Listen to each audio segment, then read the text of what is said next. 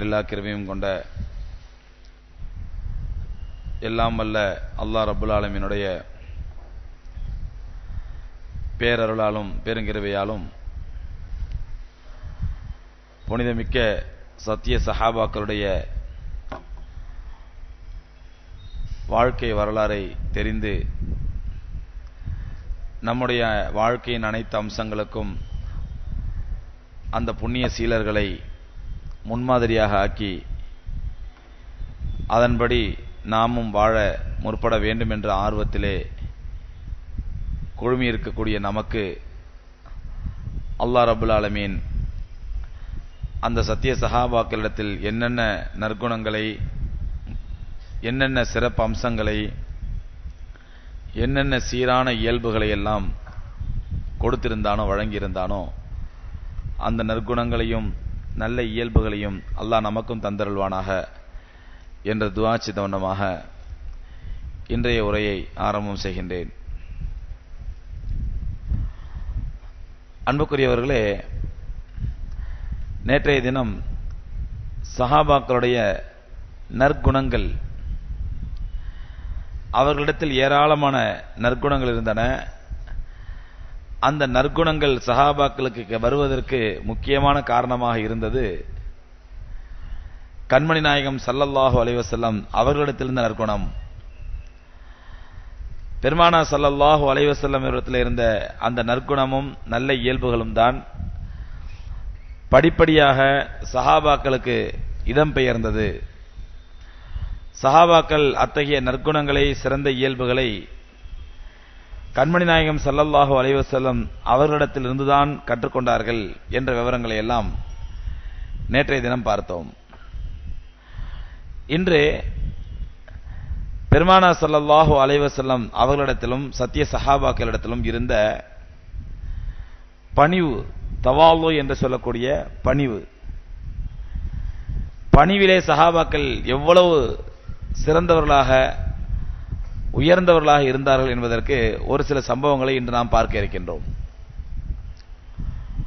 அன்புக்குரியவர்களே,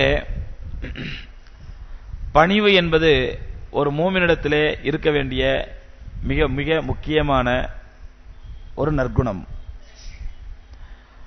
பெருமானா ஸல்லல்லாஹு அலைஹி வஸல்லம் அவர் சொன்னார்கள், மன் ஹஃபல நஃப்ஸஹு ரஃபஅஹுல்லாஹ். எந்த ஒரு மனிதன் தன்னுடைய நிலையை தாழ்த்தி கொள்வானோ மற்றவர்களுக்கு முன்னால், தான் ஒரு உயர்ந்தவன், தான் ஒரு பெரிய ஆள், தான் எல்லோரையும் மிகைத்தவன் என்ற அகம்பாவம் எல்லாம் இல்லாமல் எப்பொழுது மூமின் தன்னை தாழ்த்தி கொள்வானோ ரஃபஅஹுல்லாஹ், அதுவரை அல்லாஹ் அந்த மூமினை உயர்த்தி கொண்டே இருப்பான். எதுவரை ஒரு மூமின் தான் மற்றவர்களை காட்டிலும் எந்த விதத்திலும் நான் உயர்ந்தவன் இல்லை, மற்றவர்களை காட்டிலும் எந்த விதத்திலும் நாம் சிறந்தவன் இல்லை என்று தன்னைத்தானே நினைத்து மற்றவர்களுக்கு முன்னால் தன்னுடைய பணிவை காட்டிக்கொள்வானோ அதுவரை அல்லாஹ் ரப்புல் ஆலமீன் அவனுடைய அந்தஸ்தையும் கண்ணியத்தையும் உயர்த்தி கொண்டுதான் இருப்பான் என்று பெருமானா ஸல்லல்லாஹு அலைஹி வஸல்லம் அவர்கள் குறிப்பிடுகின்றார்கள். ஆக பணிவு என்பது ஒரு மூமினுக்கு மிக மிக அடிப்படையான அவசியமான குணம். ஆனால் அந்த பணிவு ஒரு செல்வந்தனாகவோ அல்லது ஒரு அறிஞனாகவோ அல்லது ஒரு சமுதாயத்தினுடைய உயர்ந்த அந்தஸ்தில் இருக்கக்கூடிய ஒரு ஆட்சியாளனாகவோ அதிகாரியாக இருக்கும் பொழுது அந்த பணிவு மிக மிக அவசியம். அதனால்தான் பெருமானா ஸல்லல்லாஹு அலைஹி வஸல்லம் சொன்னார்கள், 3 விதமான மனிதர்களை அல்லாஹ் ஏறெடுத்தும் பார்க்க மாட்டான். முதலாவது மனிதன் பெருமை அடிக்கக்கூடிய ஏழை, இரண்டாவது மனிதன் பொய் சொல்லக்கூடிய அரசன், மூன்றாவது மனிதன் விபச்சாரம் செய்யக்கூடிய வயோதிகன். இந்த 3 பேரையும் அல்லாஹ் ரப்பல் ஆலமீன் ஏறெடுத்தும் பார்க்க மாட்டான், மன்னிக்க மாட்டான் என்று பெருமானா ஸல்லல்லாஹு அலைஹி வஸல்லம் எச்சரிக்கின்றார்கள். முதலாவது பெருமை அடிக்கக்கூடிய ஏழை. ஒரு செல்வந்தனோ அல்லது ஒரு அதிகாரியோ ஒரு ஆட்சியாளனோ பெருமை அடிக்கிறான் என்றால் அதுக்கு ஏதாவது காரணம் இருக்கின்றது. அவன் பெருமை, செல்வம் இருக்குது அதனால பெருமை அடிக்கிறான், அவன்கிட்ட ஆட்சி இருக்குது அதனால பெருமை அடிக்கிறான், அவன்கிட்ட அதிகாரம் இருக்குது அதனால பெருமை அடிக்கிறான், ஒரு காரணமாவது இருக்குது. ஒரு ஏழை பெருமை அடிப்பதற்கு எந்த விதமான முகாந்திரமும் இல்லை, அவனிடத்தில் எந்த விதமான காரணமும் இல்லை. ஆகவே காரணம் இல்லாத பட்சத்தில் ஒரு ஏழை பெருமை அடிக்கிறான் என்றால் இந்த பெருமை அல்லாஹ்வுக்கு அறவே பிடிப்பதில்லை. ஆக செல்வந்தர்கள் பெருமை அடிக்கலாமா? அப்படி சொல்ல வரல. செல்வந்தர்களும் பெருமை அடிக்க கூடாது. அப்படியே ஒரு செல்வந்தன் பெருமை அடிப்பதா இருந்தால் கூட அவனுடைய செல்வமோ அவனுடைய அதிகாரமோ அவனுடைய ஒரு ஆட்சியோ அல்லது ஏதோ காரணமா இருக்கலாம். ஆனால் ஒரு ஏழை அவனுக்கு எந்த காரணமும் முகாந்திரம் இல்லாத பட்சத்தில் பெருமை அடிப்பது அல்லாஹ்வுடைய மிக மிக வெறுப்புக்குரிய ஒரு காரியமாகி விடுகின்றது. அதே மாதிரி பெருமானார் ஸல்லல்லாஹு அலைஹி வஸல்லம் பொய் சொல்லக்கூடிய அரசன். சாதாரணமாக மனிதர்கள் பொய் சொல்வது என்றால் தன்னை விட உயர்ந்த இடத்தில் கூட ஒரு அதிகாரிக்கு பயந்தோ ஒரு ஆட்சியாளனுக்கு பயந்தோ மற்றவர்களுக்கு பயந்தோ ஏதோ ஒரு விஷயத்துக்கு பயந்து தான் பொய் சொல்வார்கள். ஆனால் ஒரு அரசன் அவன் யாருக்கு பயப்பட வேண்டிய அவசியம் கிடையாது. அவன் பயப்பட வேண்டியது அல்லாஹ்வுக்கு மட்டும்தான். அப்படி யாருக்குமே பயப்பட வேண்டிய அவசியம் இல்லை என்னும் பொழுது அவன் எதுக்காண்டி பொய் சொல்லணும்? அப்ப அந்த அரசன் பொய் சொல்லும் பொழுது அல்லாஹ் ரப்பல் ஆலமீனுடைய கோபத்திற்கு அவன் பன்மடங்கு ஆளாகி விடுகின்றான். மூன்றாவதா பெருமானார் ஸல்லல்லாஹு அலைஹி வஸல்லம் விபச்சாரம் செய்யக்கூடிய வயோதிகன். ஒரு வாலிபன் விபச்சாரம் செய்கிறான் என்றால் அதற்கு ஒரு காரணம் இருக்கின்றது. அதற்கான அல்லாஹ் அனுமதிக்கவில்லை, அதுவும் ஹராம் தான். ஆனால் அவனாவது காரணம் இருக்கிறது. நான் வாலிபன், என்னுடைய வாலிப பருவம், அதனால செய்து விட்டேன் என்று அல்லாஹ்விடத்தில் ஏதாவது காரணம் சொல்லலாம். ஆனால் ஒரு வயோதிகன் எந்த காரணம் இல்லாமல் எந்த முகாந்திரம் இல்லாமல் அவன் விபச்சாரம் செய்யும் பொழுது அவன் அல்லாஹ்வுடைய பன்மடங்கு வெறுப்புக்கு ஆளாகி விடுகின்றான். ஆகவேதான் பெருமை அடிக்கக்கூடிய ஏழையை பெருமானார் ஸல்லல்லாஹு அலைஹி வஸல்லம் அல்லாஹ்வுடைய சாபத்திற்கு சொன்னார். காரணம் என்ன? அங்க பெருமை என்பது எல்லோருக்குமே ஹராமாக இருந்தாலும் கூட ஒரு ஏழை என்று வரும்பொழுது அவனிடத்தில் அறவே இருக்கக்கூடாத குணம் பெருமை என்பது. ஆக இந்த பெருமைக்கு எதிரானதுதான் பணிவு, தற்பெருமைக்கு எதிரானதுதான் பணிவு, தவாது என்று சொல்லக்கூடிய பணிவு. இந்த பணிவு ஒவ்வொரு மூமினிடத்திலும் கண்டிப்பாக இருக்க வேண்டிய ஒரு நற்குணம். கண்மணி நாயகம் ஸல்லல்லாஹு அலைஹி வஸல்லம் அவர்களிடத்தில் இருந்த ஒரு சிறப்பான குணம். ஹதரத் அனஸ் ரலியல்லாஹு அன்ஹு அறிவிக்கின்றார்கள், பெருமானார் ஸல்லல்லாஹு அலைஹி வஸல்லம் இடத்திலே முதலாக ஜிப்ரீல் அலைஹிஸ்ஸலாம் வந்தார்கள். வந்து கேட்டார்கள். ஜிப்ரீல் அலைஹிஸ்ஸலாத்தோட இன்னொரு மலக்கும் வந்தாங்க. வந்து கேட்டாங்க, நபியே, நீங்கள் அல்லாஹ்வுடைய நபியாகிய மலக்காக இருக்க விருப்பமா அல்லது அல்லாஹ்வுடைய ரசூலாகிய ஒரு அடிமையாக இருக்க விருப்பமா? எதை விரும்புறீங்கன்னு கேட்டாங்க. அல்லாஹ்வுடைய நபி ஆனா மலக்கு அப்படி இருக்க விருப்பமா அது அந்த மாதிரி குணத்தோடு இருக்க விருப்பமா அல்லது அல்லாஹ்வுடைய ரசூலா இருந்த ஒரு அடிமையை போன்று இருக்க விருப்பமா என்று கேட்கும் பொழுது பெருமானார் ஸல்லல்லாஹு அலைஹி வஸல்லம் பதிலளித்தார்கள், பல் அப்தன் ரசூலா, அல்லாஹ்வுடைய ரசூலாகவும் ஒரு அடிமையாகவும் இருக்கத்தான் நான் விரும்புகிறேன் அப்படி சொன்ன பெருமானார் ஸல்லல்லாஹு அலைஹி வஸல்லம் சொன்னாங்க. அதுக்கப்புறம் சொன்னாங்க, நான் எப்பொழுதுமே தூங்கும் பொழுதும் ஒரு அடிமையை போன்றே தூங்க விரும்புகின்றேன், நான் உணவு உண்ணும் பொழுதும் ஒரு அடிமையை போன்றே உணவு உண்ண விரும்புகின்றேன். ரசூலுல்லாஹி ஸல்லல்லாஹு அலைஹி வஸல்லம் நீங்க சாப்பிடுற முறையை பார்த்தீங்கன்னா அவங்க எப்படி சாப்பிட்டாங்க? ஒரு எஜமானனை போன்றோ ஒரு மலிக்கை போன்றோ அல்லது ஒரு அதிகாரியை போன்றோ அப்படியே சாஞ்சி உட்கார்ந்துக்கிட்டு அல்ல பந்தாவா காலுக்கு மேல காலை போட்டு ரசூலுல்லாஹி சாப்பிடல. ரொம்ப பணிவா ஒரு எப்படி ஒரு ஏழை ஒரு அடிமை சாப்பிடணும் அப்படிதான் உட்கார்ந்து சாப்பிடுவாங்க. அதே மாதிரி தூங்கும் போதும் சரி ரசூலுல்லாஹி ஸல்லல்லாஹு அலைஹி வஸல்லம் தலைக்கு நாள் தலகாணி காலுக்கு நாள் தலகாணி வச்சு அப்படியே கை காலெல்லாம் விரிச்சுக்கிட்டு அப்படியே விசாலமாக தூங்க மாட்டாங்க. ஒரு அடிமை எப்படி தன்னுடைய கிடைச்ச இடத்துல தன்னுடைய கை காலை சுருக்கிக்கிட்டு அப்படி தூங்குவானோ அப்படித்தான் பெருமானார் ஸல்லல்லாஹு அலைஹி வஸல்லம் தூங்குவாங்க. ஆக நான் ஒரு அடிமையை போன்று இருக்கத்தான் விரும்புகின்றேன் என்று பெருமானார் ஸல்லல்லாஹு அலைஹி வஸல்லம் அவர்களாகவே விரும்பி தேர்ந்தெடுத்த காரணம் என்னவென்றால் அவர்களிடத்தில் இந்த பணிவு, அந்த தவாது, அந்த பணிவின் காரணமாக தவாதின் காரணமாக அல்லாஹ் ரப்பல் ஆலமீன் அவருடைய அந்தஸ்தை மேலும் மேலும் தான் ரசூலுல்லாஹி ஸல்லல்லாஹு அலைஹி வஸல்லம் அவர்களுக்கு உயர்த்தினான். அதே மாதிரி அன்னை ஆயிஷா ரலியல்லாஹு தஆலா இடத்துல ஒரு முறை சஹாபாக்கள் கேட்கறாங்க, ஒமா தஸ்னவு ஃபி பைத் நபி ஸல்லல்லாஹு அலைஹி வஸல்லம், நபி ஸல்லல்லாஹு அலைஹி வஸல்லம் வீட்டிலே என்ன செய்வார்கள்?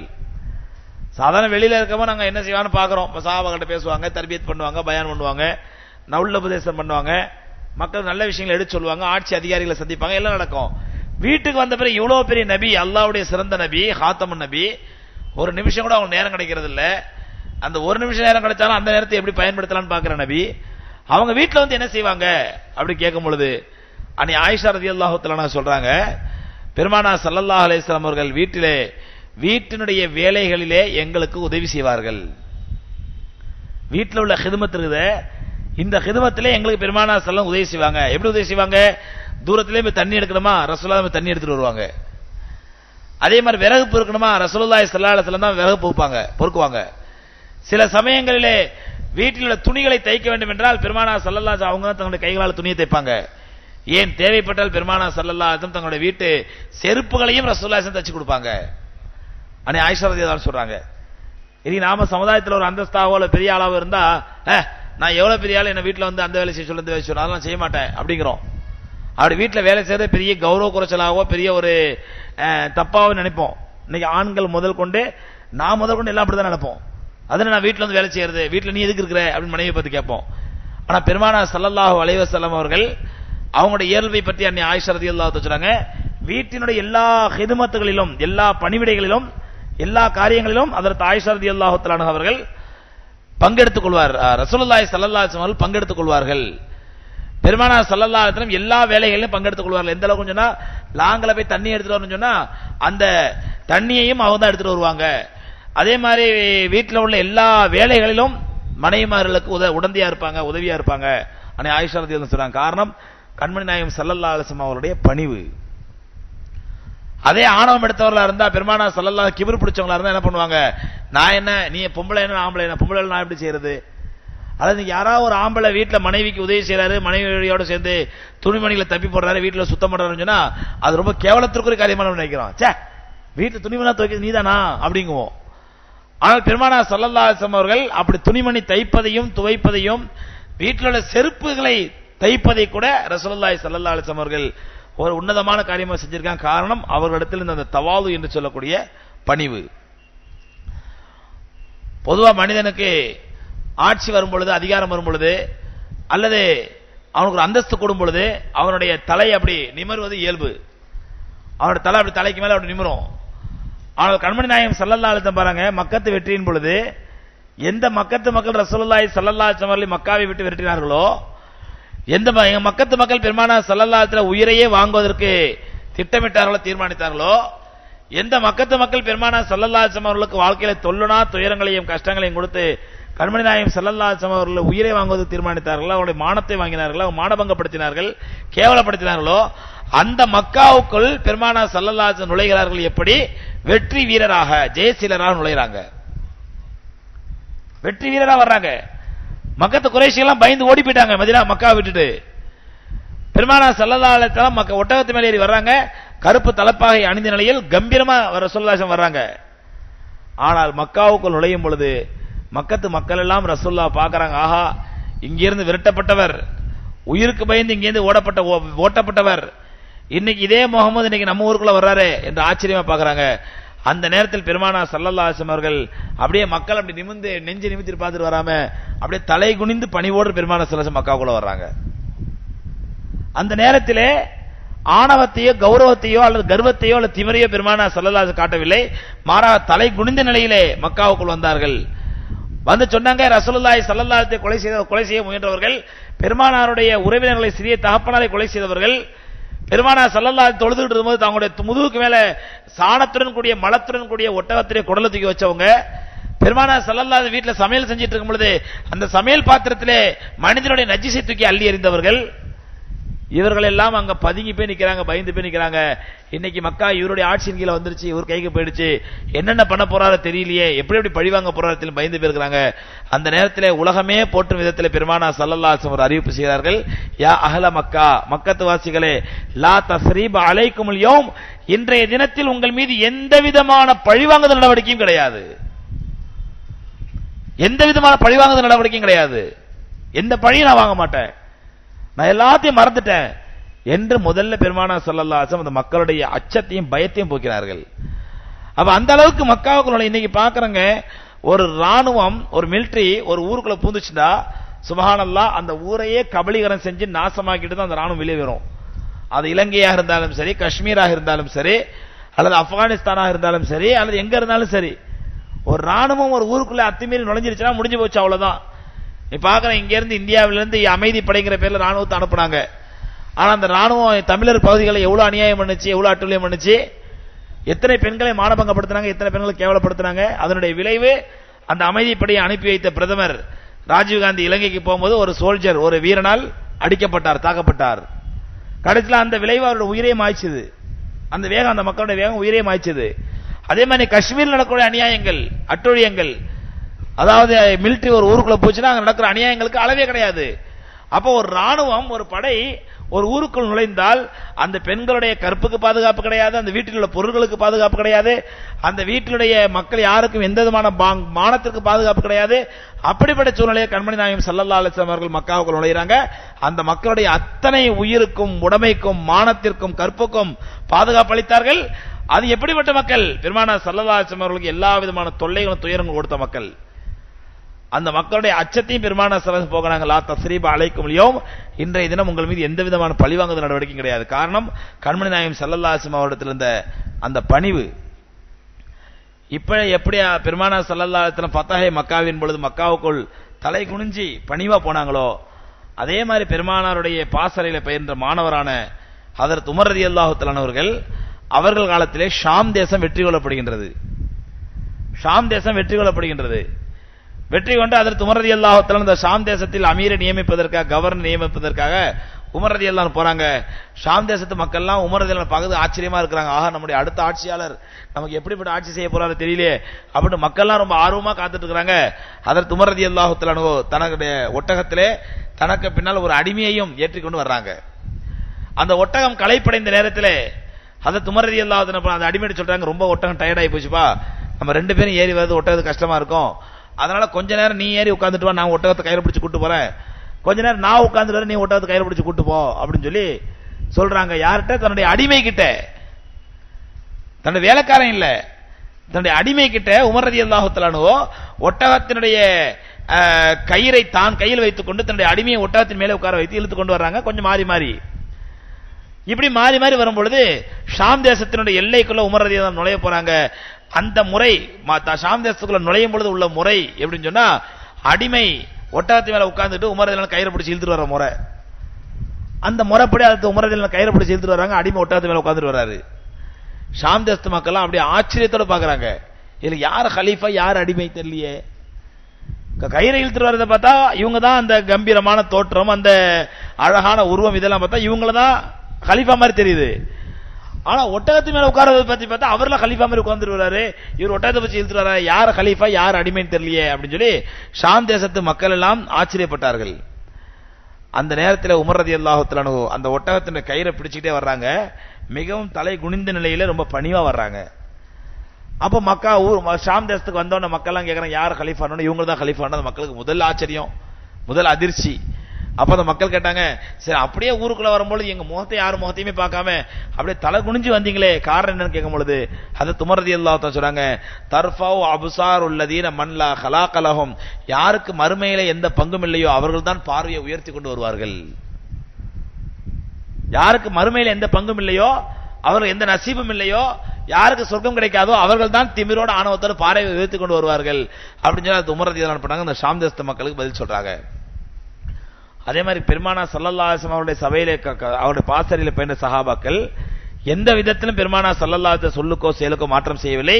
கண்மணி நாயகம் ஸல்லல்லாஹு எப்படிலாம் ரொம்ப சிம்பிளிசிட்டியா, ரொம்ப எளிமையா, ரொம்ப தவாலுவா, ரொம்ப பணிவா இருந்தாங்களோ அதே பணிவை சஹாபாக்கள் தங்களுக்குள்ள உருவாக்கி கொண்டார்கள். ஒரு முறை ரசூலுல்லாஹி ஸல்லல்லாஹு அலைஹி வஸல்லம் அவர்கள் தொழுவதற்காண்டி பள்ளிவாசலுக்கு போறாங்க.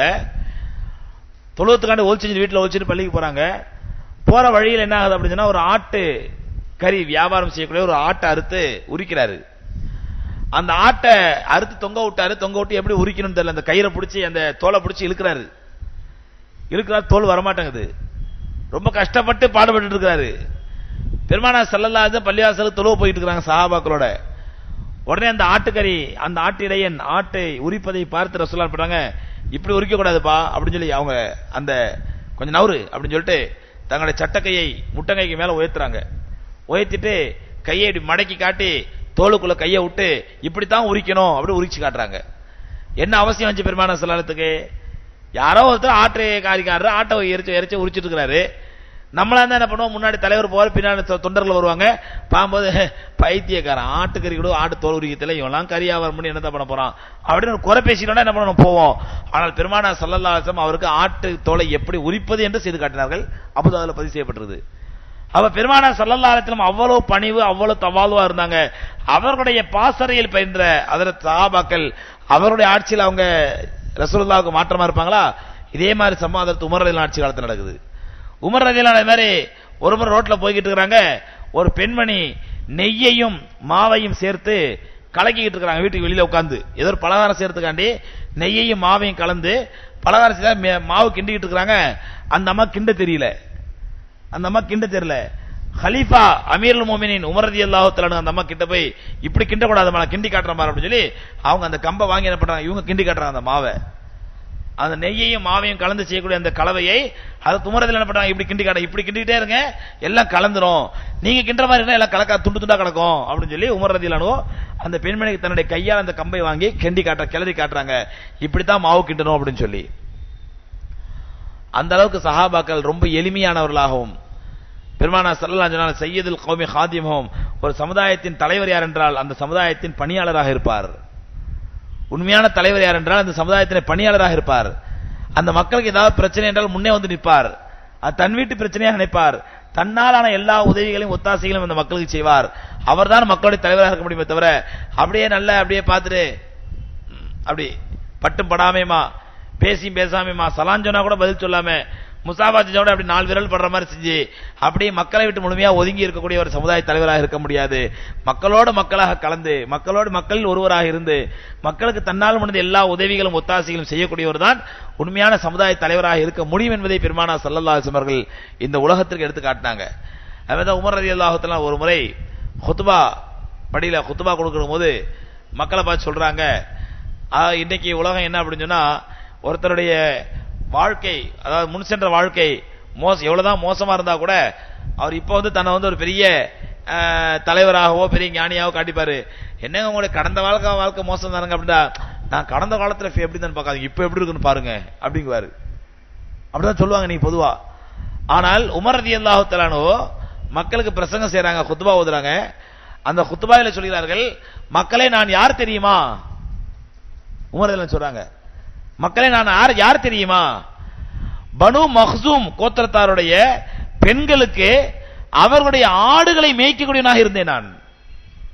யார் சொல்றாங்க? ஒரு சமுதாயத்தின் அமீருல் முஃமினீன், ஒரு கலீஃபா, மக்கள்லாம் போற்றி கொண்டாடுறாங்க. அந்த உமர் ரலியல்லாஹு தஆலா தனது கடந்த கால வாழ்க்கையை மக்கள்கிட்ட சொல்றாங்க, நான் வந்து எப்படிப்பட்ட ஆள் தெரியுமா? பனு மக்சூம் கோத்திரத்தாருடைய பெண்களுடைய ஆடுகளை கொண்டு போய் மேய்ச்சிட்டு வருவேன். அந்த மாதிரி ஒரு ஆட்டு இடையன் நான். அவங்க தரக்கூடிய அந்த சத்து மாவு, அந்த ரொட்டி மாவு, இந்த மாவுக்காக அவருடைய ஆடுகளை மேய்த்து கொண்டு வந்து கொடுப்பேன். அவங்க என்ன பண்ணுவாங்க, எனக்கு ஒரு பிடி பேரிச்சம்பழம், ஒரு பிடி மாவு தருவாங்க. இந்த அவர்கள் தரக்கூடிய பேரிச்சம்பழத்திற்காகவும் மாவுக்காகவும் நாம் ஆடு மேய்த்து பழக்கப்பட்டவன் தான் இந்த உமர். ஆகவே என்ன ரொம்ப பெரிய ஆளா நினைச்சிடாதீங்க, நான் ஒரு ஆட்டு இடையன், ஒரு பிடி பேரிச்சம்பழத்துக்காக வேண்டி ஆடு மேய்ச்சவன் நானு அப்படின்னு சொல்லி தன்னுடைய கடந்த கால வாழ்க்கையை உமர் ரலியல்லாஹு மக்கள் சொல்றாங்க. சொல்லி முடிச்சுட்டு குத்பா முடிச்சுட்டு கீழே இறங்குறாங்க. அப்துர் ரஹ்மான் இப்னு அவுஃப் ரலியல்லாஹு அன்ஹு சொல்றாங்க, நீங்க கடந்த காலத்துல எப்படி இருந்திருப்போங்க, இப்ப நீங்க அமீருல் முஃமினீன், இப்படி மக்களுடைய தலைவர், இந்த நேரத்தில் உங்களுடைய பழைய கால வாழ்க்கையை சொல்லிதான் ஆகணுமா?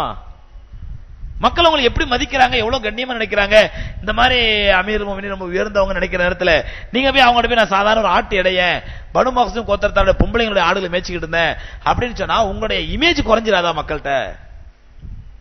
நீ சாதாரணம்னு சொன்னா பரவாயில்ல, இப்ப நீங்க அமீருல் முஃமினீன் இப்ப சொல்லாமா அப்படின்னு சொல்லி ஹஜ்ரத் அப்துர் ரஹ்மான் இப்னு அவுஃப் ரலியல்லாஹு அன்ஹு கேட்கும்போது சொன்னாங்க, அது உமர் ரலியல்லாஹு அன்ஹு சொல்றாங்க, நான் இதற்கு மாறாக பொய் சொல்லி இருந்தால் தான் நான் வருத்தப்பட வேண்டும், நான் சொன்னது உண்மையை தானே சொன்னேன், இதில் என்னோட வருத்தமோ என்னோட வேதனை எதுவுமே கிடையாது அப்படின்னு சொல்லி உமர் ரலியல்லாஹு தஆலா அன்ஹு ஹஜ்ரத் அப்துர் ரஹ்மான் இப்னு அவுஃப் ரலியல்லாஹு அன்ஹுக்கு பதில் அளிக்கிறாங்க.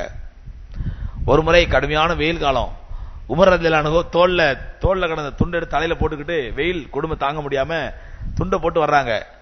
நடந்து வந்துட்டு இருக்காங்க. வர்ற வழியிலே ஒரு அடிமை ஒருவன் கழுதையின் மேல ஏறி வர்றான். வரும்பொழுது உமர் ரலியல்லாஹு அன்ஹு சொல்றாங்க, இந்த கடுமையான வெயிலா இருக்குது, என்ன கொண்டு போய் மதீனால கொஞ்சம் விட்டுறியா இந்த கழுதை மேல ஏத்திக்கிட்டு அப்படின்ற உடனே அந்த அடிமை என்ன பண்றாருன்னா டக்குன்னு கழுதையின் கீழே இறங்கிறாரு. கீழே அமீர் உமர் நீங்க ஏறி வாங்க அப்படின்னு சொல்லி. அப்ப உமர் ரலியல்லாஹு அன்ஹு சொல்றாங்க, இல்ல இல்ல, 2 பேரையும் தாங்கும் சக்தி உன்னுடைய கழுதைக்கு இருந்தால் 2 பேரும் ஏறி வருவோம், இல்லைன்னு சொன்னா நான் கொஞ்ச நேரம் வரேன், நீ கொஞ்ச நேரம் வா அப்படிங்கிறாங்க. கடைசியில் அந்த அடிமை சொல்றா, இல்ல இல்ல என்னுடைய கழுதை 2 பேரையும் தாங்கும் அப்படின்னு சொன்ன உடனே ஹஜ்ரத் உமர் ரலியல்லாஹு தன்னுடைய அடிமையை முன்னாடி உட்கார வச்சு அவங்க பின்னாடி உட்கார்ந்துகிட்டு மதீனாவுக்குள்ள வர்றாங்க. மதீனத்து மக்கள் எல்லாம் இந்த சம்பவத்தை பெரிய ஆச்சரியமா பாக்குறாங்க. ஒரு கழுதையில ஏறி அது முன்னால ஒரு அடிமையை உட்கார வச்சுக்கிட்டு அடிமைக்கு பின்னாடி உமர் ரலியல்லாஹு உட்கார்ந்து வராங்களே, இது என்ன பெரிய ஆச்சரியமான செய்தியா இருக்குது அப்படின்னு பார்த்தாங்க. ஆனால் சத்திய சஹாபாக்களுக்கு அது ஒரு ஆச்சரியமானதாகவோ அபூர்வமாக தெரியல. என்றால் இதுதான் அல்லாஹ்வுடைய தூதர் ஸல்லல்லாஹு அலைஹி வஸல்லம் கற்று தந்த வழி என்பதை சஹாபாக்கள் விளங்கி வைத்தார்கள். அந்த பணிவு, அந்த தவாதுன் காரணமாக அல்லாஹ் சுப்ஹானஹு வ தஆலா அவர்களுக்கு உலகத்திலும் அந்தஸ்தை கொடுத்தான். இன்னைக்கு வரலும் அல்ல, கியாமத் நாள் வரையில் அந்த சஹாபாக்களுடைய பெயரை கேட்டாலே ரலியல்லாஹு அன்ஹு என்ற வாயினரே சொல்லக்கூடிய அந்தஸ்தை அல்லாஹ் கொடுத்தது அவரிடத்திலிருந்து இந்த பணிவின் காரணமாக தான். என்ன தூக்கம் வருதா இல்லையா? நீங்க ரெட்டப்பட சீக்கிரம் முடிச்சிடறேன் இன்ஷா அல்லாஹ். ரொம்ப நேரம் இழுக்க மாட்டேன், கவலைப்படாதீங்க. அதே மாதிரி ஹஜ்ரத் உஸ்மான் ரலியல்லாஹு தஆலா அன்ஹு அவங்களுடைய இயல்பு என்ன அப்படின்னு சொன்னா, வீட்டில் எல்லாரை விட ரொம்ப லேட்டா தூங்குறது உஸ்மான் ரலியல்லாஹு தூங்குவாங்களாம்.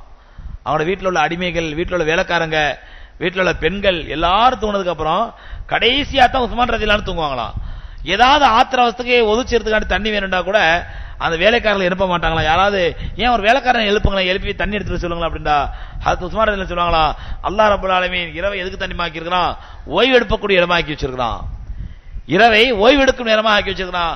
ஆகவே அந்த மக்கள் ஓய்வு எடுத்துட்டு இருக்காங்க, அவங்க நான் தொந்தரவு பண்ண விரும்பலன்னு சொல்லி உஸ்மான் ரலியல்லாஹு இரவு நேரத்தில் யாரையுமே எந்த வேலையுமே வாங்க மாட்டாங்களா.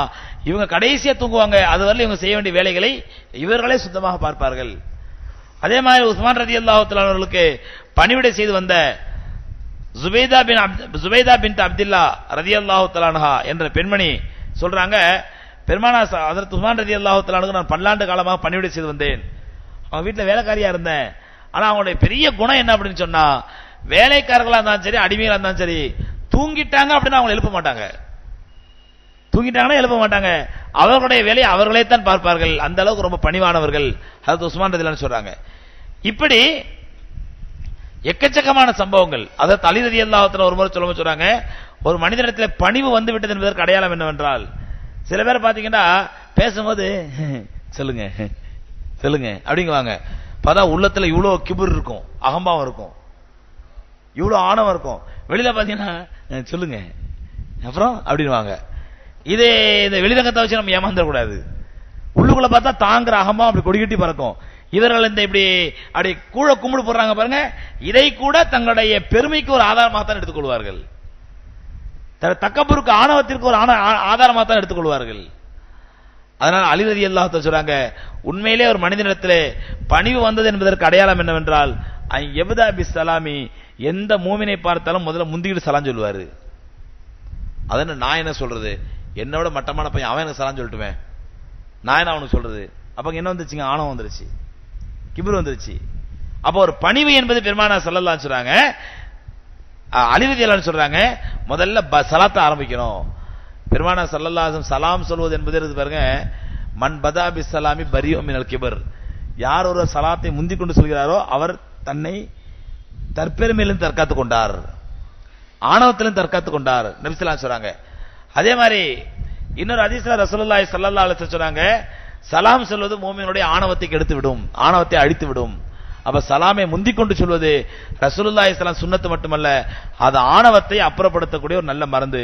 இதைத்தான் ஹஜ்ரத் அலி ரலியல்லாஹு சொல்றாங்க, முதல்ல சலாத்தை முந்திக் கொண்டு ஆரம்பியுங்கள், உங்கள்ட்ட பணிவு வந்துருச்சுங்கிறதுக்கு அடையாளம்.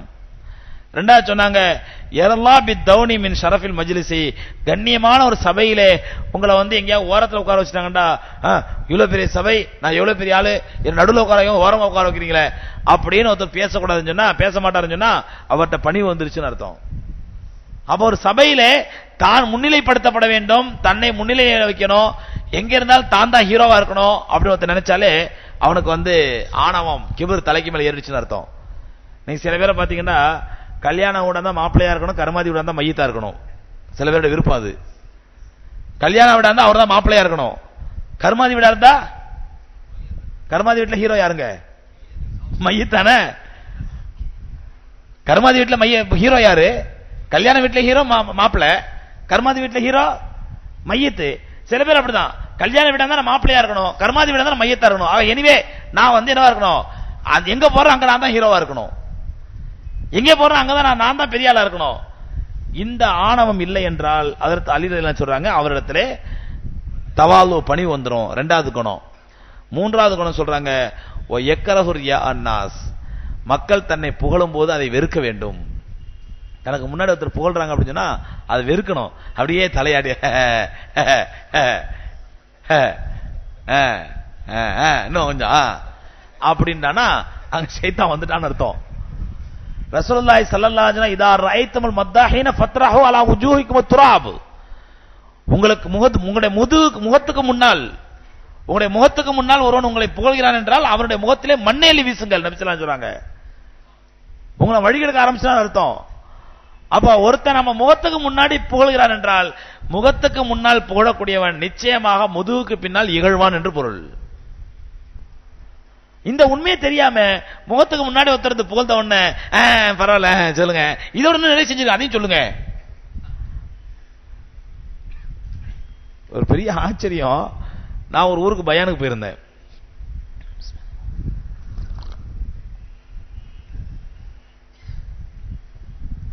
அப்ப என்னோட சேர்ந்து இன்னொரு பேச்சாளர் வந்திருக்காரு. எனக்கு முன்னாடி அவரு பேச போறாரு. அப்ப அந்த அனௌன்ஸ் பண்றவரு, அந்த என்ன சொல்றது, ஆர்கனைசர்ல ஒருங்கிணைப்ப கோஆர்டினேட்டர் அல்லது கன்வீனர் என்ன சொல்லுங்க, அவரு வந்து எல்லாத்தையும் கேட்கிறாரு, பயோடேட்டா கேட்கிறாரு அங்க அனௌன்ஸ் பண்றதுக்காக. அப்ப என்ன கேட்டாரு, அது என்னென்ன பண்ணிட்டு இருக்கீங்க? நான் மக்காப்பல்ல இமாமா இருக்கிறேங்க. வேற என்ன? மக்காப்பல்ல இமாமா இருக்கிறேன். வேற என்ன? மக்காப்பல்ல இமாம், அதை மட்டும் சொல்லுங்க அப்படின்ட்டேன். அப்ப என் பக்கத்துல இன்னொரு பேச்சாளர் உட்கார்ந்தாரு. அவர்கிட்ட கேட்டாரு, அது நீங்க உங்களை பத்தி சொல்லுங்க சார் அப்படின்னா, அவரு அப்படி இப்படி நான் அது செஞ்சேன் இது செஞ்சேன்னு சொன்னாரு. இவர் எல்லாம் நோட் பண்ணிக்கிட்டாரு. நோட் பண்ணிக்கிட்டு அவர் போனதுக்கு அப்புறம் கூப்பிட்டு இந்த செய்தி நோட் பண்ணிக்கங்க, அவர் இன்னொரு விஷயத்தையும் சொல்றாரு. உடனே அதே அவர் நோட் பண்ணிக்கிட்டாரு. நோட் பண்ணிட்டு அனௌன்ஸ் பண்றாரு. அனௌன்ஸ் பண்ணும்போது அவருடைய பாணியில இவரை கொஞ்சம் இவருடைய பணிகள் எல்லாம் சொல்லி இவருடைய அறிமுகத்தெல்லாம் சொல்லி கொஞ்சம் புகழ்ந்து சொல்றாரு. சரி ஹைர் புகழ்ந்துட்டாரு, முடிஞ்சு போச்சு. இவர் போய் பேச ஆரம்பிச்சாரு. பேச ஆரம்பிக்கும் பொழுது இவர் என்னை பற்றி நிறைய புகழ்ந்தார். நபி ஸல்லல்லாஹு அலைஹி சொன்னாங்க, புகழக்கூடியவர்கள் எதிர் கண்டால் முகத்திலே மண்ணேலி வீசுங்கள்னு சொன்னாங்க. ஆகவே நான் இவரை மண்ணேலி வீச விரும்புகிறேன். நான் அப்படியே ஷாக் ஆயிட்டேன். என்னடா இது, போனவரை திரும்ப கூப்பிட்டு இதையும் நோட் பண்ணிக்க அதையும் நோட் பண்ணிக்க அப்படின்னு சொல்லிவிட்டு இங்க ஸ்டேஜில் நின்றுகிட்டு வந்து அவர் முகத்துல மண்ணலி, அவரு பாவம் கூனி குறுகி போயிட்டாரு. இதனால அம்பா போச்சு, அவர் தானே எல்லா பலாயும் சொன்னார், அவர் சொன்னோம், கடையில் நம்ம முகத்துல மண்ணலி. இப்படியும் சில பிறவிகள் இருக்கிறாங்க. எனக்கு பார்த்த பெரிய ஆச்சரியமா போச்சு, இப்படி மனிதர்கள் இருப்பாங்களா அப்படின்ட்டு. அவர் கூட அதை சொல்லு இதை சொல்லு அந்த பாயிண்ட் இந்த பாயிண்ட் எல்லாத்தையும் சொல்லிவிட்டு அப்புறம் அவர் எல்லாத்தையும் சொல்லி முடிச்ச பிறகு நீ சொன்னது போல தப்பு, என்ன ரொம்ப புகழ்ந்துட்ட அப்படின்னா என்ன அர்த்தம்? அது ஹைர் எதுக்காண்டி சொல்றான் சகோதரர்களே, பெருமானா ஸல்லல்லாஹு அலைஹி வஸல்லம் மன் கான ஃபீ கல்பிஹி மிஸ்கால தர்ரத்தின் மினல் கிபர் லா யமுஸ்ஸு ராயிஹத்தல் ஜன்னா, யாருடைய உள்ளத்திலே ஒரு அணுவளவுக்கு தான் என்ற அகம்பாவம் இருக்குமோ அவன் சொர்க்கத்தினுடைய வாடையை கூட நுகர மாட்டான். அல்லாஹ் பாதுகாப்பானாக. நபி ஸல்லல்லாஹு அலைஹி வஸல்லம் சொர்க்கத்திலே வாடையை கூட நுகர மாட்டான். இன்னொரு ஹதீஸ்ல ரசூலுல்லாஹி ஸல்லல்லாஹு அலைஹி வஸல்லம் சொல்றாங்க, அல் கிபுர் ரிதாஇ, கிபுர் என்பது ஆணவம் என்பது என்னுடைய கீழாடை. ஆணவம் என்பது என்னுடைய கீழாடை. ஆணவத்துக்கு சொந்தக்காரன் உலகத்துல யார் மட்டும்தான்? அல்லாஹ் மட்டும்தாங்க. அல்லாஹ்க்கு கர்வம் இருக்குது, ஆணவம் இருக்குது, எல்லாம் இருக்கணும் அல்லாஹ்வுக்கு. ஏன்னா ஆணவத்துக்கு சொந்தக்காரன் அவன், கர்வத்துக்கு சொந்தக்காரன், தான் என்ற அகம்பாவத்துக்கு சொந்தக்காரன் அவன். அதான் அல்லாஹ் சொல்றான், கிபுர் என்பது அதாவது ஆணவம் என்பது என்னுடைய கீழாடை. எவன் ஒருவன் தன்னைத்தானே ஆணவப்படுத்திக் கொள்கிறானோ அவன் என்னுடைய கீழாடைய உரியவனாக ஆவான். அல்லாஹ் கேவலப்படுத்தினவன் ஒருத்தரை கீழாடைய உருவனா என்னங்க ஆகும்? அவர் கேவலம் தானே. என்னுடைய எவனுடன் ஆணவம் கொள்கிறானோ அவன் என்னுடைய கீழாடையை உருவி கொண்டவன் ஆவான். அல்லாஹ் சொல்றதா நபி ஸல்லல்லாஹு அலைஹி வஸல்லம் சொல்றாங்க. அதனால சகோதரர்களே, சஹாபாக்கள் எந்த அளவுக்கு பணிவாகவும் தவாலுவாகவும் இருந்தார்கள் என்றால் இன்னைக்கு உலகமே போற்றக்கூடிய அளவுக்கு அந்த பணிவு அவங்கள்ட்ட இருந்துச்சு. பெருமானா ஸல்லல்லாஹு அலைஹி வஸல்லம் கிபர், அதாவது ஆணவத்திற்கு எதிரானது கிபர், தற்பெருமை. அந்த தற்பெருமையை பற்றி சொல்லும்போது சொன்னாங்க சஹாபாக்கள் கேட்டாங்க, யார சொல்லலாம், நல்ல அழகா ஆடை அணிகிறது, நல்ல ஒருத்தர் அலங்காரம் பண்ணிக்கிறாரு, நல்ல காஸ்ட்லி தொப்பி போடுறாரு, தொப்பி போட்டாலும் காஸ்ட்லி, ட்ரெஸ் போட்டாலும் காஸ்ட்லி, கண்ணாடி போட்டாலும் காஸ்ட்லி, செருப்பு போட்டாலும் காஸ்ட்லி, எல்லாமே காஸ்ட்லியா இருக்காரு, இது ஆணவமா, இது பெருமையான்னு கேட்டாங்க, இது தற்பெருமையான்னு கேட்டாங்க. நபி ஸல்லல்லாஹு அலைஹி வஸல்லம் சொன்னாங்க, இன்னல்லாஹ ஜமாலுன் யுஹிப்புல் ஜமால், அல்லாஹ் அழகானவன், அழகை விரும்புகின்றான். அதனால நீங்க அழகான ஆடை அணிவதோ நல்ல காஸ்ட்லியான ட்ரெஸ் போடுறதோ தப்பு கிடையாது, அல்லாஹ் விரும்புறான். அது மட்டுமல்ல, அம்மா பின் நிஅமத்தி ரப்பிக ஃபஹதீஸ், அல்லாஹ் உங்களுக்கு நல்ல செல்வத்தையும் நல்ல அருளையும் கொடுத்திருந்தால் அந்த செல்வத்தை பகிரங்கப்படுத்துங்க. அல்ஹம்துலில்லாஹ், அல்லாஹ் நல்ல செல்வம் கொடுத்துக்கிறாங்க. நீ சில பேர் பாத்தீங்கன்னா கோடீஸ்வரனா இருப்பான், ட்ரெஸ் பார்த்தா பிச்சைக்காரனோட கேவலமா இருப்பான். ஏன்னா யாராவது பார்த்து கடன் கேட்டாங்கடா, நம்ம கொஞ்சம் டிப்டாப்பா இருந்தாலும் நம்மளை பார்த்து கடன் கேட்டாங்கடாக்கா, இதே அல்லாஹ் வெறுக்கின்றான். ஆனா அதே நேரத்தில் அல்லாஹ் சுப்ஹானஹு வ தஆலா ரொம்ப பரம ஏழையா இருப்பார். ஆனால் அவருடைய வெளிரங்கமான செயலை பார்த்து சில பேர் நினைப்பாங்க, நல்ல வசதியா இருக்கார் போல தெரியுது, நல்ல கையில காசு போல தெரியுதுப்பா, நல்லா எப்ப பார்த்தாலும் மினுமினு இருக்காரு. அல்லாஹ் குர்ஆன்ல சொல்றான் பத்தி யாரு, அதாவது மடையர்கள் விளங்கிக் கொள்வார்கள் இவர்கள் பெரிய செல்வந்தர்கள் சொல்லி. அதான் ஆணவம் திமிரு அங்க வீண் வரையும் அது இருக்காது. ஆனால் அவருடைய அந்த அமைப்பை பார்த்து நல்ல வசதியானவங்க தெரிஞ்சுப்பாங்க. ஆனா அவர் பரம ஏழையா இருக்காங்க, அல்லாஹ்வுக்கும் அவருக்கு தான் தெரியும். எதுக்கு சொல்றேன்டா, ரசூலுல்லாஹி ஸல்லல்லாஹு அலைஹி வஸல்லம் நல்ல ஆடை அணிவது, நல்ல காஸ்ட்லி பொருளை யூஸ் பண்றது இது பெருமை அல்ல. நல்ல ஆடை அணிவது எப்ப பெருமைன்னு சொன்னா, ஒருத்தர் தன் பிள்ளைக்கு தங்க வளையல் வாங்கி கொடுத்தாராம். அந்த பிள்ளைகிட்ட சொன்னாராம், நான் 10 பேரோட உட்காந்துருப்பேன், அந்த நேரத்தில் வந்து உன் தங்க வளையல காட்டணும், நான் உனக்கு வளையல் வாங்கி எல்லாம் தெரியணும் அப்படின்றாராம். அந்த புள்ள வந்து அத்தாக்கு முன்னாடி உட்கார்ந்துக்கும் போது அத்தா அம்மா கூப்பிடுறாங்க, அத்தா அம்மா கூப்பிடுறாங்க அப்படிச்சான். உடனே அவர் சொன்னாராம், சீ போ அப்புறமா வர்றேன், சீ போ அப்புறமா வர்றேன். ஏன்னா அவர் தங்க பல்லு கட்டியிருந்தாராம். இந்த மாதிரி பெருமை அடிக்கிறது, இந்த மாதிரி பந்தா காட்டுறது அல்ல. இந்த மாதிரி பெருமையை அல்லாஹ் விரும்ப மாட்டான், அல்லாஹ்வுடைய தூதர் ஸல்லல்லாஹு அலைஹி வஸல்லம் விரும்புறது இல்ல. ரசூலுல்லாஹி ஸல்லல்லாஹு அலைஹி வஸல்லம் பெருமை என்பது என்ன தெரியுமா? மற்றவர்களை மட்டமாக நினைப்பது, மற்றவர்களை கேவலமாக நினைப்பது, உண்மையை ஏற்றுக்கொள்ள மறுப்பது. ஈகோன்றாங்கல்ல, அந்த ஈகோ தான். உண்மையை ஏற்றுக்கொள்ள மறுப்பது, மற்றவர்களை மட்டமாக நினைப்பது, இதுதான் பெருமை. இந்த பெருமையை தான் அல்லாஹ் விரும்புவதில்லை. ஆகவே அந்த பெருமைக்கு எதிராக தவாவு என்று சொல்லக்கூடிய பணிவு, உண்மையை சொன்னா உண்மையை உடனே ஏற்றுக்கொள்ளக்கூடிய மனப்பான்மை. நீ என்ன சொல்றது நான் என்ன கேட்கறது, நீ என்ன செய்யறது நான் என்ன சொல்றது. அதாவது 2 பேர் பேசாம வந்தா நீ முதல்ல சலாம் சொல்லு நான் சொல்றேன், அதை நான் கேட்கறேன் நீ சொல்றது. இப்படி அந்த ஈகோ என்று சொல்லக்கூடிய அந்த ஷைத்தானிய குணம் வந்து விட்டால் ஒரு மூமின் நாசமாகிவிடும் என்பதற்கு சஹாபாக்கள் அதற்கு எதிரான குணங்களை கொண்டு வந்தார்கள். அதாவது பணிவு என்று சொல்லும் நற்குணம். சஹாபாக்கள் நாம் கற்க வேண்டிய நற்குணங்களில் மிக முக்கியமான குணம் பணிவு. அவர்கள் ஆட்சியாளர்களாக இருந்தும் கூட, ஆட்சி அதிகாரத்தில் இருந்தும் கூட அவ்வளவு பணிவாகவும் எளிமையாக இருந்தார்கள். அல்லாஹ் சுப்ஹானஹு வ தஆலா அப்படிப்பட்ட பணிவையும் எளிமையையும் நமக்கும் தந்தருள்வானாக. வாஹிர் தாவானா அல்ஹம்துலில்லாஹி ரப்பில் ஆலமீன். அஸ்ஸலாமு அலைக்கும் வரஹ்மத்துல்லாஹி தஆலா வ பரகாத்துஹு. கேள்வி சொல்லவா முடிச்சிடவா? நேரத்தெல்லாம் முடிச்சுட்டு இருந்து தூக்கம் வரலையே, பரவாயில்ல. எனக்கு தூக்கம் வருது, உங்களுக்கு வரல பொழுது.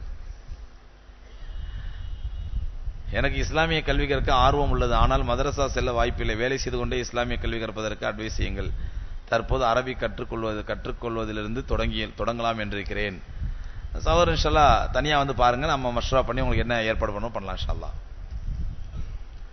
ஃபர்லுக்கு முன்னும் பின்னும் தொழும் தொழுகையை கூறுங்கள். ஃபர்லுக்கு முன்னாடி பின்னாடி சுன்னத்தான தொழுகை இருக்குதுங்க. ஃபஜ்ருக்கு முன்னாடி 2 ரக்காத் தொழுவது சுன்னத்து, இது சுன்னத்தே மொக்கதா, கண்டிப்பான சுன்னத்து. அதே மாதிரி லோஹருக்கு முன்னாடி குறைந்தது 2 ரக்காத்து, அதிகபட்சம் 4 ரக்காத்து, 2 4 ரக்காத்து அல்லது குறைஞ்சது 2 ரக்காத்து. லோஹருக்கு பிறகு 2 ரக்காத்து, இதுவும் ரசூலுல்லாஹி முக்கியமான சுன்னத்து. அசருக்கு முன்னாடி 2 ரக்காத்து, அது சுன்னத்தை மொக்கதா கிடையாது, விருப்பப்பட்டா தொழுதுக்கலாம், கம்பல்சரி கிடையாது.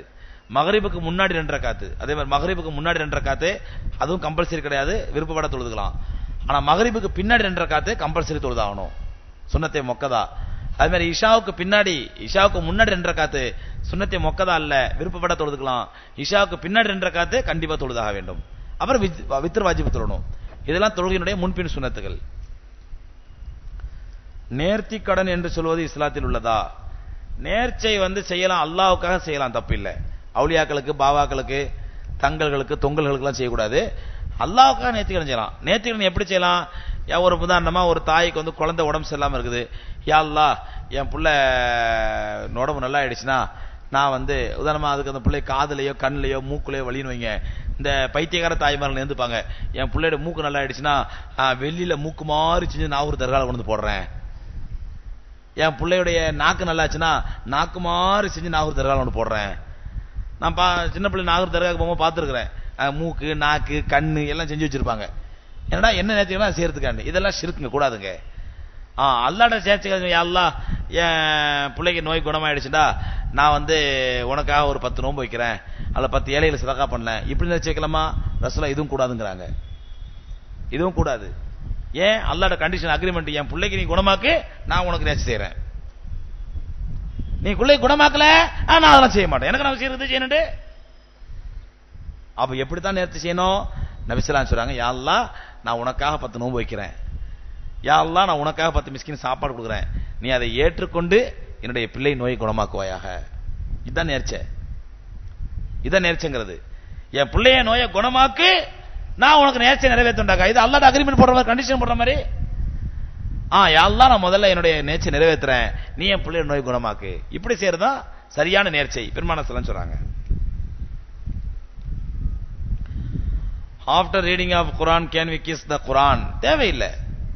குரானை ஓதி முடிச்சோம்னா அப்படி கண்ணில் ஊத்தி அப்படிங்கிறது இந்த உம்மாலாம் தேவையில்லை குரானுக்கு. My friend is Muslim but she is not wearing her hijab. I said her many times but she is asking what is the use of wearing it. சுப்ஹானல்லாஹ். She stay it is like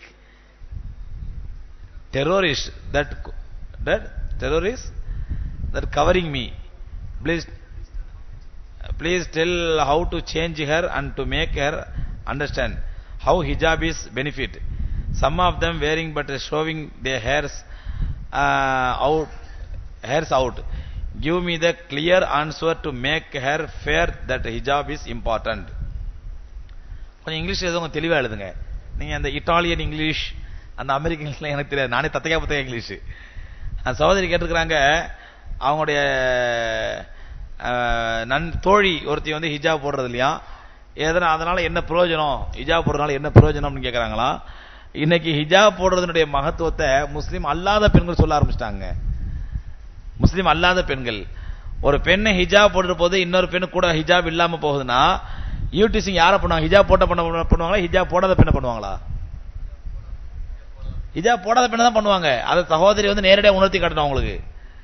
எங்கேயாவது rowdy பசங்க நிக்கிற இடத்துக்கு இந்த 2 பேரும் போகட்டும், அந்த வழியா போகட்டும், இந்த பெண்ணை கிண்டல் பண்ணுவாங்க, யூடிசிங் பண்ணுவாங்க. ஹிஜாப் போட்ட பெண்ணை கண்டுக்க மாட்டாங்க. யூடிசிங்கிறது முதல்ல ஷைத்தான் எங்கேருந்து ஆரம்பிக்கிறான்டா, எந்த பெண் அடுத்தவர்களுடைய பார்வையை ஈர்க்கும் வண்ணம் அரைகுறை ஆடை அணிந்து போறாளோ அவள்கிட்ட தான் யூடிசிங் முதல்ல ஆரம்பமாகுது.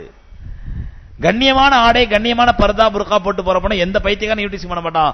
அப்படி ஒருத்தன் யூடிசிங் பண்றான்டாக்கா அவன் ஆர்எஸ்எஸ் காரனாகவோ ஏபிவிபி காரனாகவோ இருப்பான். ஏன்னா அவனுடைய நோக்கமே என்னடாக்கா, பர்தா போட்ட பெண்களை யூடிசிங் பண்ணணும், பர்தா போட்ட பெண்களை அவங்கள வந்து டீஸ் பண்ணணும் அப்படிங்கறத அவனுக்கு நோக்கமே. அதனால ஏபிவிபி என்று சொல்லக்கூடிய அகில பாரதிய வித்யார்த்தி பரிஷத் சொல்லக்கூடிய ஆர்எஸ்எஸ் ஸ்டூடெண்ட் விங்கு, அந்த ஆர்எஸ்எஸ் ஸ்டூடெண்ட் விங்கு மாணவனா இருக்கணும் அல்லது ஆர்எஸ்எஸ் காரனா இருக்கணும். இல்லனா நார்மல் ஷைத்தான் எப்படி இருப்பான்டா, அந்த அரைகுறை ஆடை அணிஞ்சு போறவங்க பெண்களை தான் ஒத்து பார்ப்பான், கேவலப்படுத்துவான். ஹிஜாபோட போற பெண்களை நிச்சயமா கண்ணியத்தோட தான் பார்ப்பான். இது உலகத்தில் உள்ள பிராக்டிக்கல்.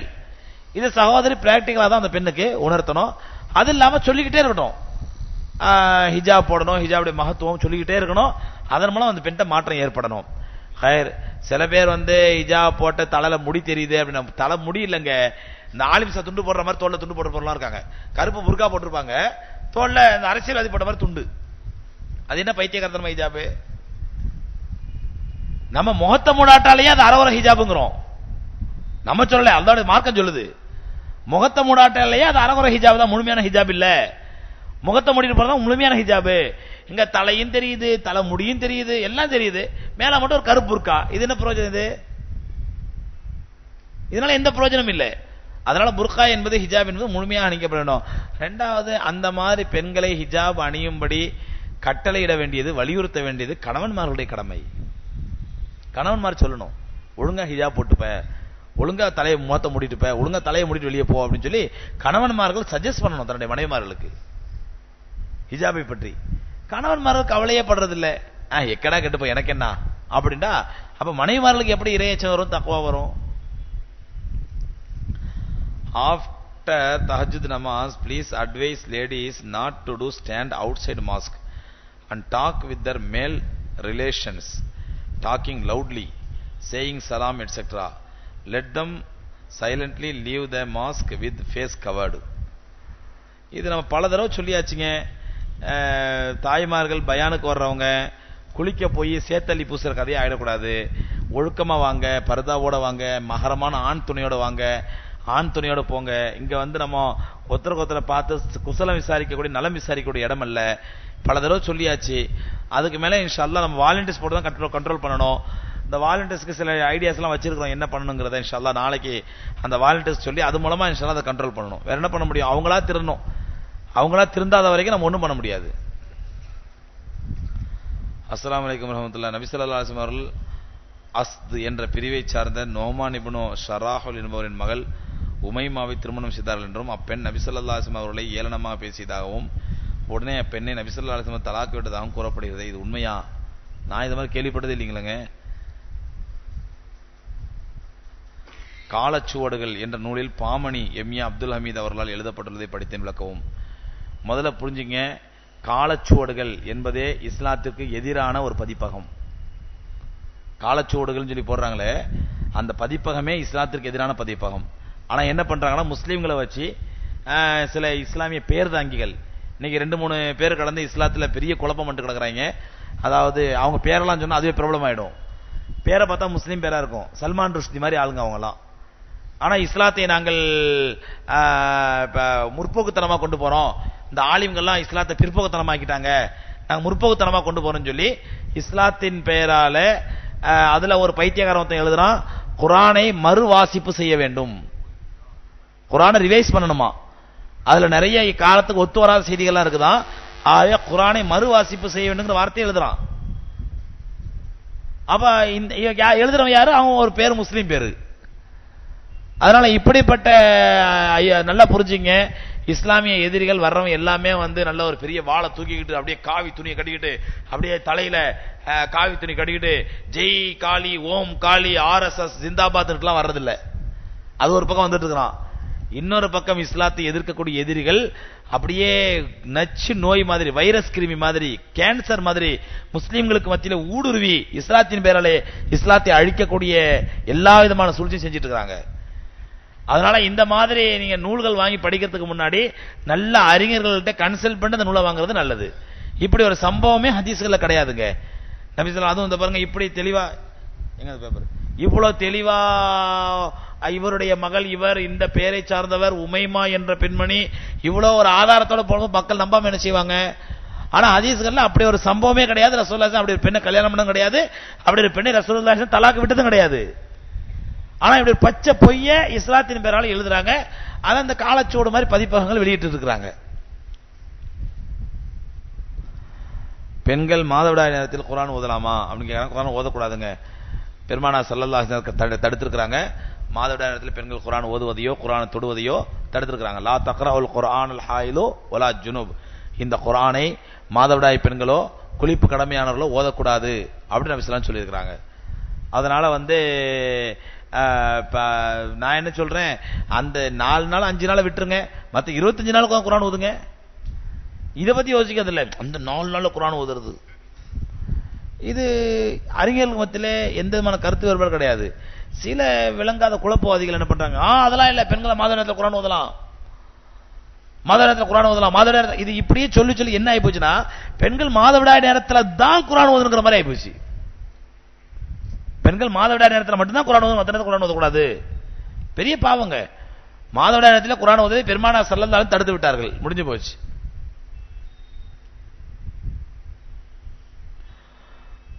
சகோதரர் கேட்டிருக்காங்க, முக்கியமான கேள்வி நிராகரிக்க வேண்டாம் அப்படின்னு சொல்லி, அதாவது உடலில் உள்ள தேவையற்ற ரோமங்களை 40 நாளைக்கு ஒரு முறை கண்டிப்பாக அகற்ற வேண்டுமா? அப்படி அகற்ற தருவினால் தொழுகை கூடாதா?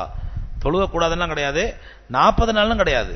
கண்டிப்பாக வாய்ப்பு கிடைக்கும் போதெல்லாம் தேவையற்ற ரோமங்களை உடலிருந்து அகற்றிடணும். நம்ம ஆளுங்க பார்ப்போம், தேவையுள்ள ரோமம் தாடி, அதை அகற்றிடுவாங்க. தேவையுள்ள ரோமம் தாடி, வைக்க வேண்டிய முடி தாடி, அதை அகற்றிடுறது. மற்ற ரோமங்களை பத்தி கவலையப்படுறது இல்லை. பெருமானார் ஸல்லல்லாஹு அலைஹி வஸல்லம் அது ஒரு மூமின் அல்ல, எல்லா சாதாரண ஒரு மனிதன் கடைபிடிக்க வேண்டிய ஒழுக்கம். அந்த தேவையற்ற ரோமங்களை அகற்ற வேண்டியது மனிதன் கடைபிடிக்க வேண்டிய ஒழுக்கம். மனிதனுடைய உடல் சுத்தத்தை கடைபிடிக்கிற முக்கியமான விஷயம் அது. அதனால அந்த தேவையற்ற ரோமங்களை ஆண்களாக இருந்தாலும் பெண்களாக இருந்தாலும் 40 நாள் 50 நாள் வெயிட் பண்றதுலாம் இல்ல. 40 நாள் எந்த அதிச ஆதாரமும் கிடையாது, அவ்வப்போது அகற்றிவிட வேண்டும். பெருமானார் ஸல்லல்லாஹு அலைஹி வஸல்லம் ஒவ்வொரு வெள்ளிக்கிழமையும் அகற்றுவார்கள், ஹதீஸ்ல வருது. ஒவ்வொரு வெள்ளிக்கிழமையும் நகத்தை கத்தரிப்பார்கள், ஒவ்வொரு வெள்ளிக்கிழமையும் தேவையற்ற ரோமங்களை அகற்றுவார்கள் அப்படின்னு வருது. அதனால 40 நாளுங்கிறதுலாம் எல்லாம் கிடையாது.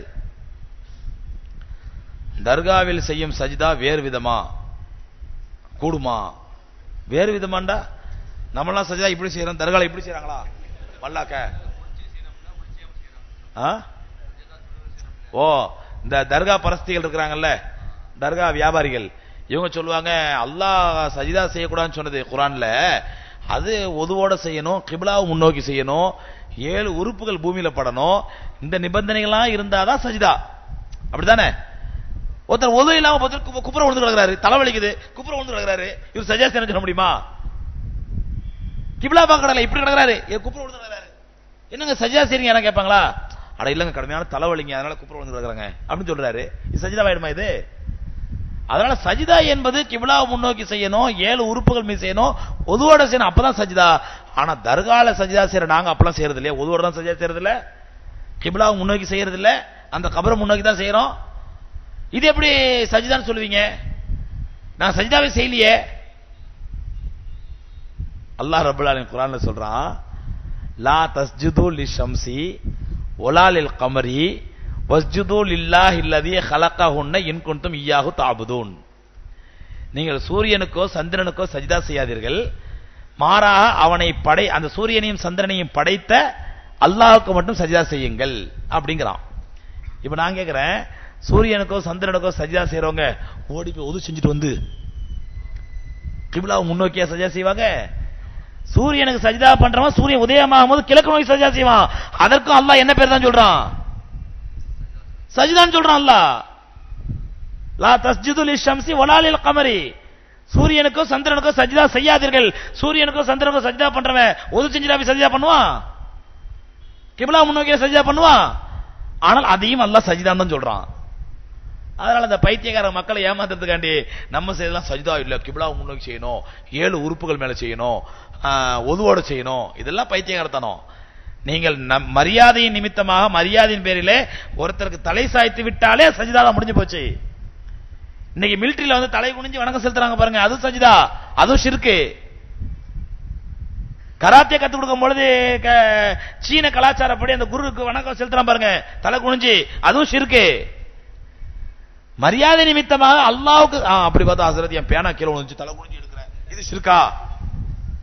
இது நீங்க பேனாக்கு மரியாதை செய்யல, ஒரு பொருள் எடுத்து கொடுக்கிறீங்க. நியத்து மரியாதை நிமித்தமாக நீங்களுடைய தலையை குனித்தால் அது அல்லாஹ்வுக்கு செய்யக்கூடிய ஷிர்காயிடும், கூடாது.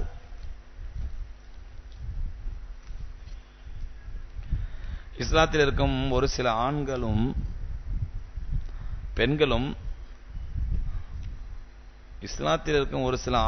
பெண்களும் லவ் பண்ணிவிட்டு மாற்று மதத்திற்கு மாறிவிடுகின்றனர். இதை தடுக்க என்ன செய்யலாம்? அந்த பெற்றோரை கொடுத்து உதைக்கலாம். பெரிய வேதனைங்க. அதாவது ஒரு முஸ்லிம் பெண்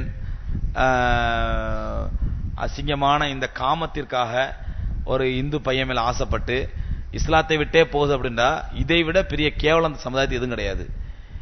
என்ன சகோதரர்களே, இன்னைக்கு நம்ம வந்து பிள்ளைங்க பொம்பளை பிள்ளைங்க படிக்க வைக்கணும், என் பிள்ளை படிக்க போகுது, என் பிள்ளை அங்க போகுது இங்க போகுது, ஃபர்ஸ்ட் ரேங்க் எடுக்குது, அத்லெட்டிக்ஸ் ஆயிடுச்சு, என் பிள்ளை ஸ்போர்ட்ஸ் மேன் ஆயிடுச்சு, அந்த நாட்டுக்கு போகுது இந்த நாட்டுக்கு போகுது, எல்லாம் பெருமை அடிச்சுக்கலாம்.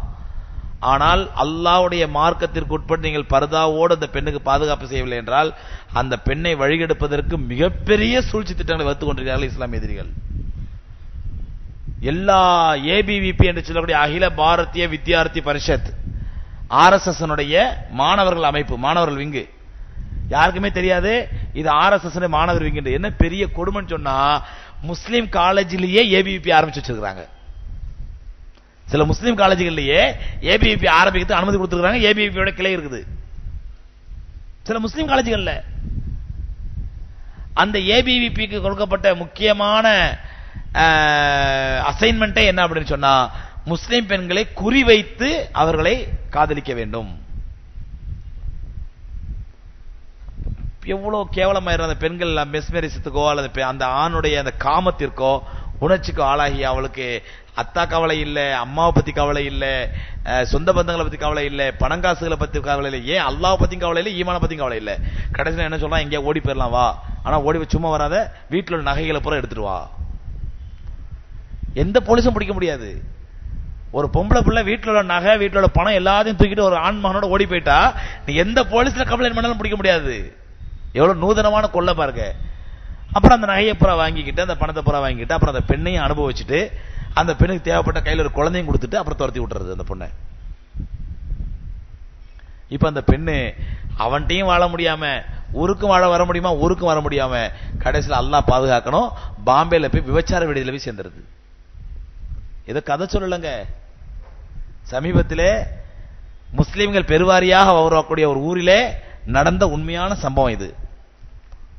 உண்மையான சம்பவம். அந்த பெண்ணு இந்த மாதிரி ஓடி போச்சுன்னு தெரிஞ்ச உடனே, ரொம்ப கண்ணியமான குடும்பத்தில் உள்ள பெண்ணு, இந்த மாதிரி ஓடி போச்சு, பணத்தெல்லாம் தூக்கிட்டு ஓடி போச்சு, நகையெல்லாம் தூக்கிட்டு ஓடி போச்சுன்னு தெரிஞ்ச உடனே அந்த பெண்ணுடைய பெற்றோர்ல தாய் அப்படியே பித்து பிடிச்ச மாதிரி ஆயிட்டாங்க. தகப்ப தூக்கு போட்டு மோத்தா போயிட்டாரு. கண்ணியமான குடும்பத்தில் நடந்த சம்பவம். லேட்டஸ்டா ஒரு 3-4 மாசம் நடந்து முஸ்லிம்கள் பெருவாரியா வரக்கூடிய ஒரு ஊர்ல நடந்த உண்மையான சம்பவம். ஆகவே சகோதரர்களே, பொம்பளை பிள்ளைங்களை படிக்க வைக்கிறது பெரிய விஷயம் அல்ல, அந்த பெண் பிள்ளைகளை கண்காணிக்க வேண்டிய நம்முடைய கடமை. ஏன்னா அந்த வாலிப பருவம் இருக்குது பாருங்க, அந்த வாலிப பருவத்தில் அவங்களுக்கு அல்லாஹ் சுப்ஹானஹு வ தஆலா டிசைடிங் பவர்லாம் கொடுக்கிறது கிடையாது. வெறும் உடலுடைய இச்சைகள், உடலுடைய காமம், உடலுடைய தேட்டம், இதை மட்டும் தான் அல்லாஹ் கொடுப்பானே தவிர டிசைடிங் பவர் கொடுக்கிறது இல்ல. அந்த டிசைடிங் அத்தாரிட்டியாக பெற்றோர் தான் இருக்க வேண்டும். இளைஞர்களும் இளம் பெண்களும் முதல்ல புரிஞ்சுக்கணும், நான் எனக்கு 18 வயசு ஆயிடுச்சு, நான் மேஜர் ஆயிட்டேன், என் வாழ்க்கையை பத்தி எனக்கு தீர்மானிக்க தெரியாதா? இல்ல, உங்களால தீர்மானிக்க முடியாது. டிசைனிங் சக்திலாம் உங்களுக்கு கிடையாது. அந்த நேரத்தில் உங்களுக்கு காமமும் இச்சையும் தான் பெருசா தெரியுமே தவிர எது சரி எது தவறு என்று தீர்மானிக்கக்கூடிய நேரம் அந்த இடத்துல இருக்காது. ஆகவே பெற்றோர்கள் நம்முடைய பிள்ளைகளை ரொம்ப கவனமா கண்காணிக்க வேண்டும். காலத்தில் சூழ்நிலை மிக மிக மோசமாக இருக்கின்றது. நான் சொன்ன பாருங்க, ஆரம்பத்தில் ஜெய்காலி ஓம்காலின்னு சொல்லிட்டு வரக்கூடிய ஆர்எஸ்எஸ் குறைஞ்சு போயிட்டாங்க. இப்ப இந்த மாதிரி ஆர்எஸ்எஸ் காரர்கள் முஸ்லிம் பெண்களை குறிவைத்து பழி வாங்குகிறார்கள். கல்யாணமான பெண்கள் கருசமணி போடக்கூடாது, அது அனாச்சாரம் என்று சொல்கிறீர்கள். கணவனின் பெயர் பொறித்த டாலரை சாதாரண செயினில் கோர்த்து அணிந்து கொள்ளலாமா? என்ன அவசியம் இருக்குது? கணவனுடைய பேரை அணிஞ்சு இப்போ டாலரா போட்டுக்கிறது அப்படிங்கிறது, அவன் டாலரா போட்டா எல்லாரும் பாக்குற மாதிரி போடணும். டாலர் எல்லாரும் பாக்குற மாதிரி போடணும், அதான் அர்த்தம். எல்லாரும் பாக்குற மாதிரி போட்டா புர்கா கலட்டணும். என் கணவர் இவர் தான் அப்படின்னு காட்டுறதுக்காக வேண்டி நீங்க சாதாரண ஒரு செயின் போடுறீங்க, அதுல உங்களுடைய கணவன் பேரை போடுங்க, பிள்ளையோட பேரை போட்டுங்க, தப்பு கிடையாது. ஒரு பாசத்துக்காக அன்புக்காக கணவனுடைய பேரை டாலரா போடுறது தப்பு கிடையாது. அதை தாலி என்ற அர்த்தத்தோடு வைப்பது மார்க்கத்தில் அனுமதி இல்லை. ஏன்னா தாலி என்ற பெயரிலே கருசமணி போடுறதோ செயின் போடுறதோ இஸ்லாத்துல கிடையாது. இல்ல ஹஜ்ரத், ஒரு பெண்ணுக்கு கல்யாணம் ஆயிடுச்சா இல்லையாங்கிறது ஒரு அடையாளம் தானே, ஒரு அடையாளம் தானே, இது என்ன தப்பு? ஏன் நான் கேட்கறேன், ஒரு பெண்ணுக்கு கல்யாணம் ஆயிடுச்சா இல்ல தெரிய வேண்டிய அவசியம் என்ன இருக்குது நமக்கு? ரோட்ல போற ஒரு பொண்ணு அது கல்யாணம் ஆயிடுச்சா இல்லன்னு தெரிய வேண்டிய அவசியம் நமக்கு என்ன இருக்குது? சரிங்க, ரோட்ல ஒரு ஆம்பளை போறாரு, அவர் கல்யாணம் ஆயிடுச்சா இல்லன்னு எப்படி கண்டுபிடிக்கிறோம்? பொம்பளை கழுத்துல தாலி பண்ற மாதிரி அவர் தலைக்கீழ தூச்சி ஏதாவது தாலி கட்டிருக்காரா கல்யாணம் ஆனவங்க? ஒரு ஆம்பளை எப்படி கண்டுபிடிக்கிறோம் கல்யாணம் ஆயிடுச்சா இல்லையாண்டு? தேவை ஏற்பட்டு அவர்கிட்ட கேட்கிறோம், பாய் உங்களுக்கு கல்யாணம் ஆயிடுச்சா? ஆயிடுச்சுங்க அப்படிங்குவாரு. அதே மாதிரி தேவை ஏற்பட்ட கேடு தெரிஞ்சுக்கலாமே. நீங்க தேவையில்லாம தெரிஞ்சுக்கணும்னு நினைக்கும் பொழுதுதான் அந்த அம்மா செருப்ப கழட்டும். தேவை இருக்குது, அவசியம் இருக்குது, ஏமா உங்களுக்கு கல்யாணம் ஆயிடுச்சுங்களா, கணவன் பேர் என்னமா கேட்கற தப்பு கிடையாது. தேவை இருந்தா, தேவையில்லாம ஒரு பெண்ணு கல்யாணம் ஆயிடுச்சா தெரிஞ்ச அவசியம் நமக்கு என்ன இருக்குது? அதனால தாலி என்பது இஸ்லாத்துல கிடையாது. பொதுவா பெண்கள் செயின் போடலாம், தப்பு இல்லை. மெட்டி அணிந்து கொள்ளலாமா? மெட்டிங்கிறது என்னன்னாக்கா, அந்த மெட்டியில ஒலி வரணும், சத்தம் வரணும் நடந்து போகும்போது. அல்லாஹ் குர்ஆன்ல சொல்றான், ஒலா தபர்ருஜ்ன தபர்ருஜல் ஜாஹிலியத்தில் ஊலா, அறியாமை காலத்து முற்காலத்து பெண்கள் அதாவது மற்றவர்கள் ஈர்க்க வண்ணம் நடப்பதை போட்டு நீங்க நடக்காதீங்க. மெட்டி வெளி போட்டு நடந்தா என்ன ஆகும்? சத்தம் காதுல. அடுத்து அதுவே மற்ற ஆண்களுடைய கவனத்தை ஈர்க்கும். அது மெட்டி ஒளியா இருந்தாலும் சரி அல்லது கொலுசு ஒளியா இருந்தாலும் சரி, இதெல்லாம் கூடாது. சாதாரணமா விரல்கள்ல ஏதாவது ஒரு தங்கத்திலேயோ வெள்ளிலேயோ சப்தம் வராதபடிக்கு ஏதாவது போடலாமா? அது போலாம், தப்பு இல்லை. தங்கத்திலேயோ வெள்ளிலேயோ காலில் கொலுசு போடலாமா? சப்தம் வராத கொலுசு, அது போடலாம், தப்பு இல்லை. சப்தம் எழுப்பும் விதத்திலே போடுறது மார்க்கத்தில் அனுமதி இல்லை. இது என்னங்க இது? அந்த அம்மாவுடைய அப்ஜெக்ஷனே அதுதான். இதெல்லாம் செய்யக்கூடாது என்று சொன்னால், இல்லை எனில் எப்படித்தான் நாம் திருமணமானவர் என்று மற்றவர் தெரிந்து கொள்வது? என்ன அவசியம்? அப்படியே அவசியமா? கேட்டு தெரிஞ்சா போச்சு, முடிஞ்சு போச்சு. இன்றைய காலகட்டத்தில் எல்லா வயதினரும் புர்காணிக்கிறோம். விசேஷங்களில் பார்ப்பவர்கள் திருமணம் ஆகாதவர்கள் என்று நினைத்து பெண் கேட்டு விசாரிக்கிறார்களாம். அடேங்கப்பா, மிகவும் தர்ம சங்கடமாக உள்ளது. இதற்கு உங்கள் விளக்கம் தேவை. வேணா ஒண்ணு பண்ணுங்க, கல்யாணத்துக்கு போகும்போது மட்டும் ஒரு பேனர் ஒன்று பிடிச்சிங்க, நான் திருமணமானவள், என்ன யாரும் பெண் கேட்டுறாதீங்க அப்படின்னு சொல்லி பேனர் பிடிச்சிங்க.